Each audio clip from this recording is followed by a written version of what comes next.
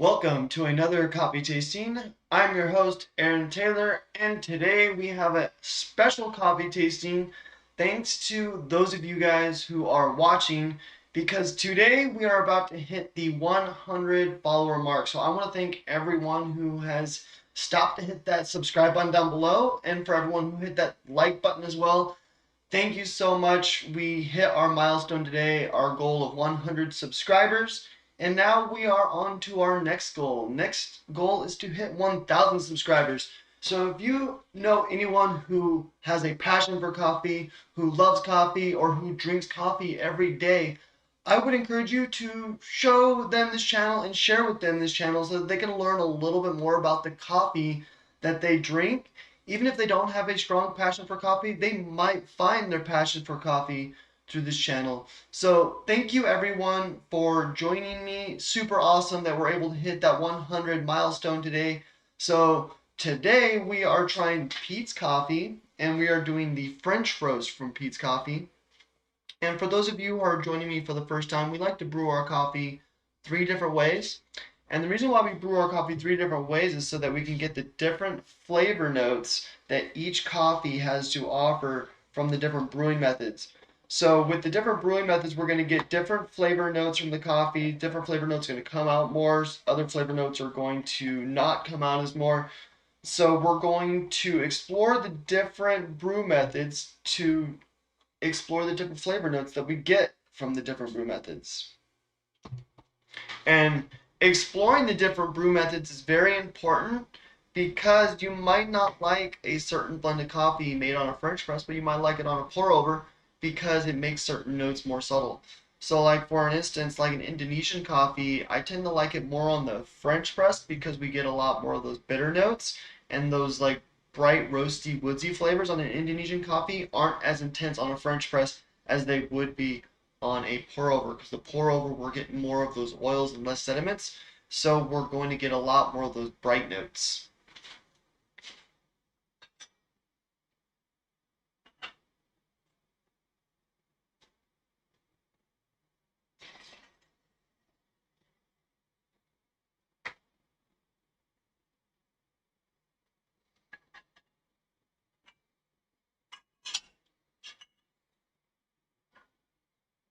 So with good French roast, we want um, really strong chocolate notes with like a subtle roasty flavor.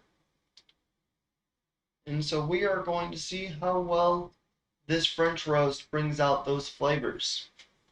So this is a dark roast, and we're going to get some really dark, bitter chocolate notes, and then we're going to get some dark roasty notes as well. So when you brew a pour over or a Chemex, you want to pour a little bit of water over your grinds at first, and then let your coffee bloom.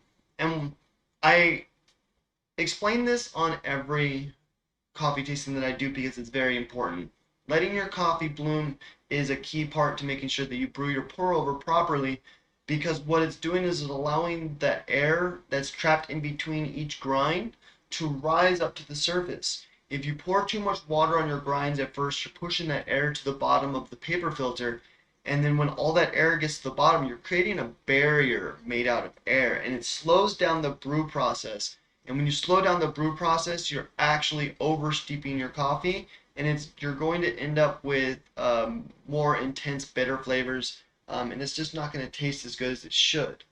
And that's very important because it's more or less paying tribute to the people who grow our coffee just as much as it is to making sure that we get a good flavorful cup of coffee.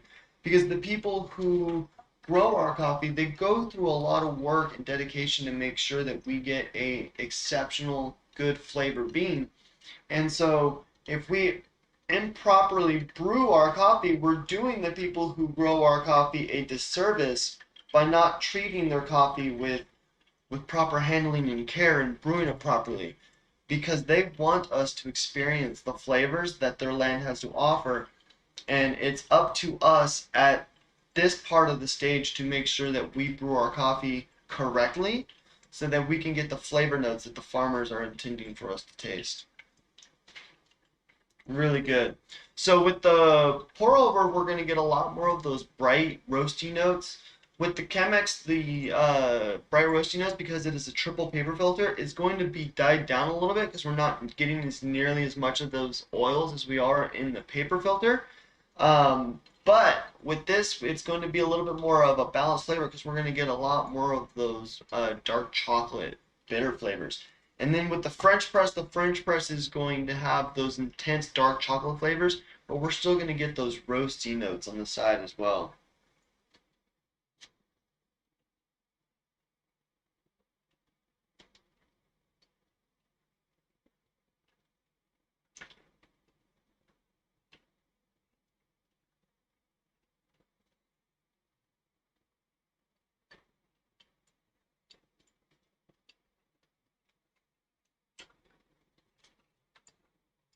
Excellent.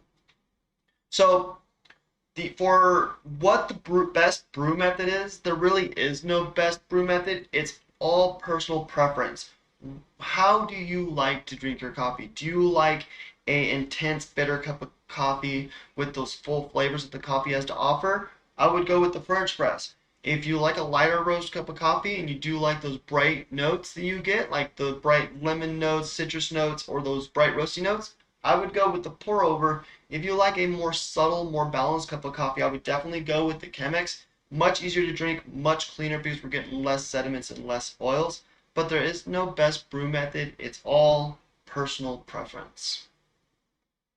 For me, my favorite brew method uh, varies on the region that I am brewing with, but I typically lean more towards the French press for most brew methods because we're getting a more balanced cup of coffee with intense flavors. While with the pour over, we're getting a more of those bright notes balance, or more of a bright note heavy coffee.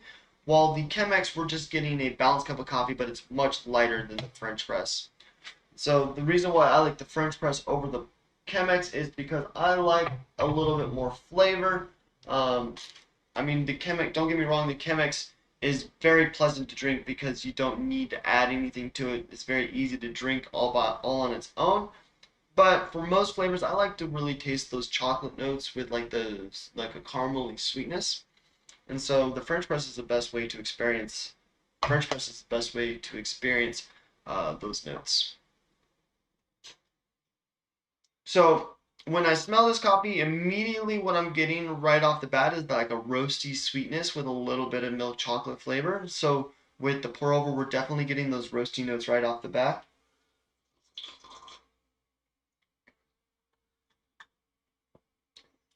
So with the pour over, as soon as we sip our coffee, we're being hit. Our tongue is being bombarded with those bright roasty notes that's attributed to a French press or a French roast. Sorry, and what's going on is it's got like a bright sweetness to it, but it's got a roasty, so it's like a roasty sweet. And as those roasty notes start to wash away, we're starting to get that milk chocolate flavor. And because those roasty notes are so intense, as it washes away, that subtle milk chocolate flavor is almost sweet itself because it's in contrast to those bright roasty notes that we're getting. So this is a very bright roasty and milk chocolate sweet cup of coffee. That is a really good French roast. I typically tend to lean away from the dark roast coffees because I don't like those intense roasty notes that we get from the dark roast coffees. But this one, it's a little bit more of a brighter roasty flavor, so it gives it a sweeter flavor versus like a bitter flavor. Pretty good. Pretty good. We are getting a little bit of lingering flavor from the roastiness as everything else washes away. We are left with a little bit of roasty flavor towards like the back and sides of our tongue. So now we're going to try the Chemex. With the Chemex, we're getting a triple paper filter. So we're filtering out more of those sediments and more of those oils. So it's going to be a much cleaner cup of coffee. And because more of those oils are being filtered out, those bright roasty notes that we got initially from the pour over is not going to be as intense on the Chemex. So as I smell the coffee, immediately what I'm getting from this one is more of those sweet milk chocolate flavors, and that roasty notes aroma definitely isn't coming off the cup of coffee as much as it was on the pour over.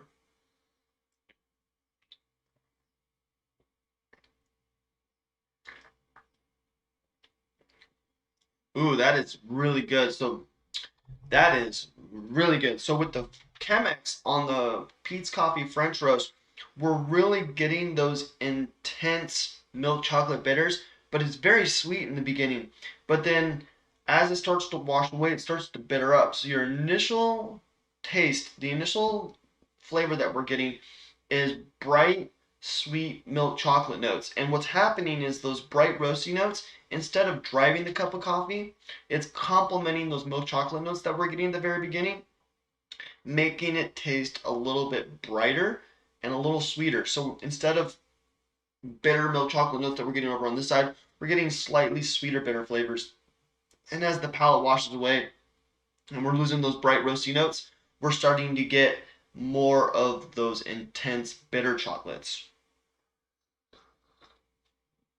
Really good. That is probably one of my favorite Chemex coffees that I've done so far is the French press on the Pete's coffee, just because it's so smooth in the very beginning, but then as your palate washes away, the bitters, the dark chocolate bitters start to reveal themselves. And so like right now that I've let the palate clear, what I'm getting right now is dark chocolate bitter leftover flavor on my tongue. And it's got like such a strong, smooth flavor. It's really good. It's not unpleasant at all. When you hear bitters, you're associated with unpleasant flavors. But with this, we're just comparing it to like sweets and sours and stuff like that. So it's not like such an intense bitter flavor that it's gonna like make your face go sour. But it has a very complementary, subtle notes that taste good. All right. So now we're going to try the French press. With the French press, we're getting more of those sediments and a lot more of those oils.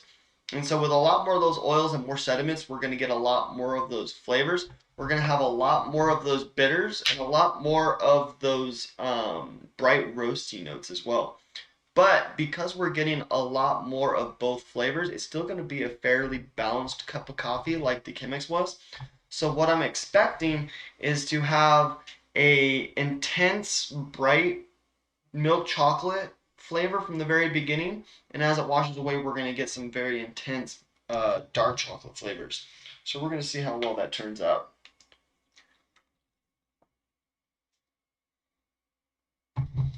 And then, so for those of you guys who have never done a coffee tasting before, we typically do it in steps. So one of the first things we do is we go ahead and smell our coffee.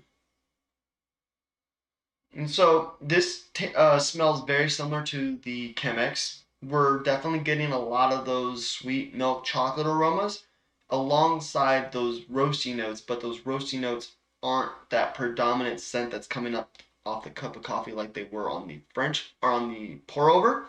With the pour over, we're mainly getting those roasty notes. With these ones, we're getting a complementary of both.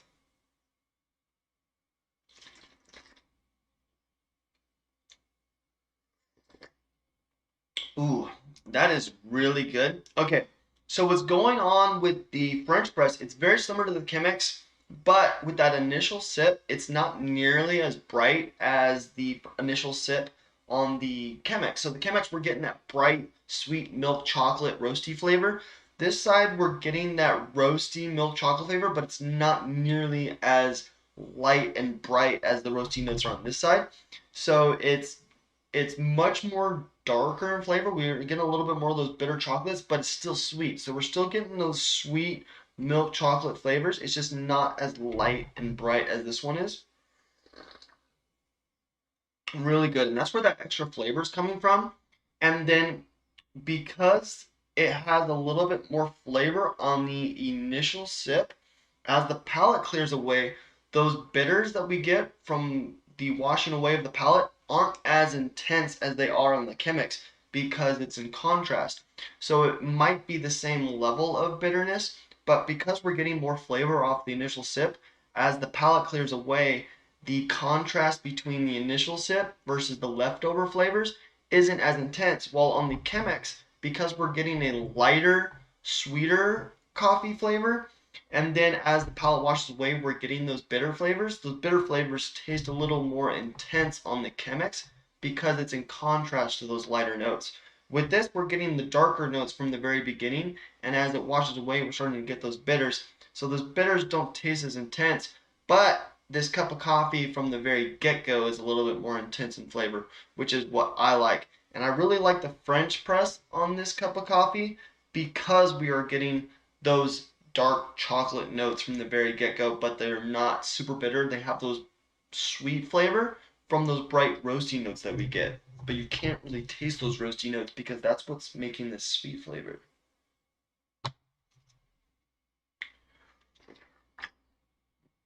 Really good, you guys. Pete's Coffee French roast, delicious. Well, probably one of my favorite French roasts so far. Um, and my favorite brew method is the French press. So French roast on the French press, French roast on the French press for Pete's Coffee for me. And so now we're going to learn a little bit about Pete's Coffee. So with Pete's Coffee, before Pete's Coffee, we didn't have a lot of Arabica bean suppliers in the U.S., especially the Western United States. There might have been a few. Definitely have to do some research on that on like the eastern side of the United States. But Pete's Coffee is one of the first producers or suppliers of high quality Arabica beans on the West Coast, and specifically the Bay Area of San Francisco. Um, and so uh, with Pete, he introduced coffee in 1966, and he is one of the first suppliers of high quality Arabica beans, and one of the first blends that he introduced to the West Coast is the French roast coffee. And the reason why he wanted to bring this coffee is because it really embodied the Northern Italian high quality espresso coffee that you would get if you were to visit Italy. And so he wanted to bring that high quality Arabica espresso experience to America and really uh, share with us the amazing flavor qualities that the Arabica bean has to offer. And this really changed the coffee game in America because of the full flavorness of the Arabica bean. It inspired other people to start sourcing solely Arabica beans and providing high quality coffee to people in North America, such as Starbucks in 1971 and Stumptown as well. So we have many different coffee companies that are inspired by Pete's Coffee to supply high quality Arabica beans to their coffee drinkers and really supply that full, robust body flavor to their customers. And then the best part about this coffee passion is now that we're sourcing coffee from single origin coffees and direct trade with the people who grow the coffee and not from third party processors, we're starting to learn a little bit more about the people who grow our coffee. We're starting to get very individual stories of the people who grow our coffee, and then we get to learn about their history and culture. So that is one of my favorite developments of coffee culture around the world is how ethically sourcing is allowing us to really meet the people who grow our coffee and learn their story. And Pete's Coffee is an inspirator for those who supply Arabica beans later on in the years after 1966. So we have Pete to thank for the high quality beans that we have here in America and around the world, and the fact that we get to learn the stories of the coffee farmers is just is a byproduct of Arabica beans becoming a main staple of the coffee world.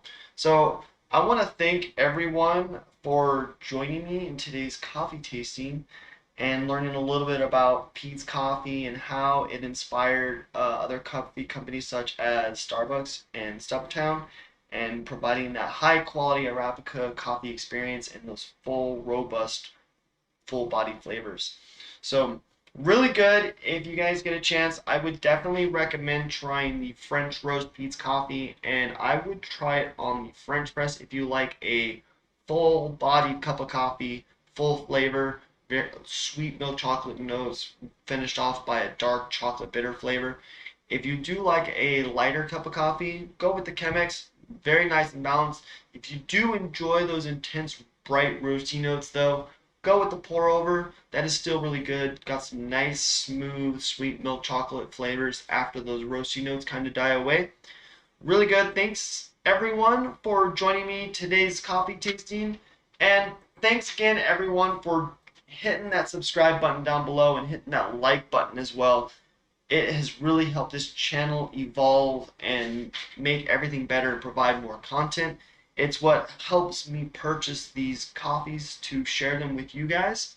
So I'm going to thank everyone for helping me hit that 100 subscriber goal. Now we're on to our next goal of 1,000 so that we can share this coffee culture with everyone around us so that we can learn a little bit more about our coffee, more about the farmers who grow our coffee, and the culture and the history of where they grew up.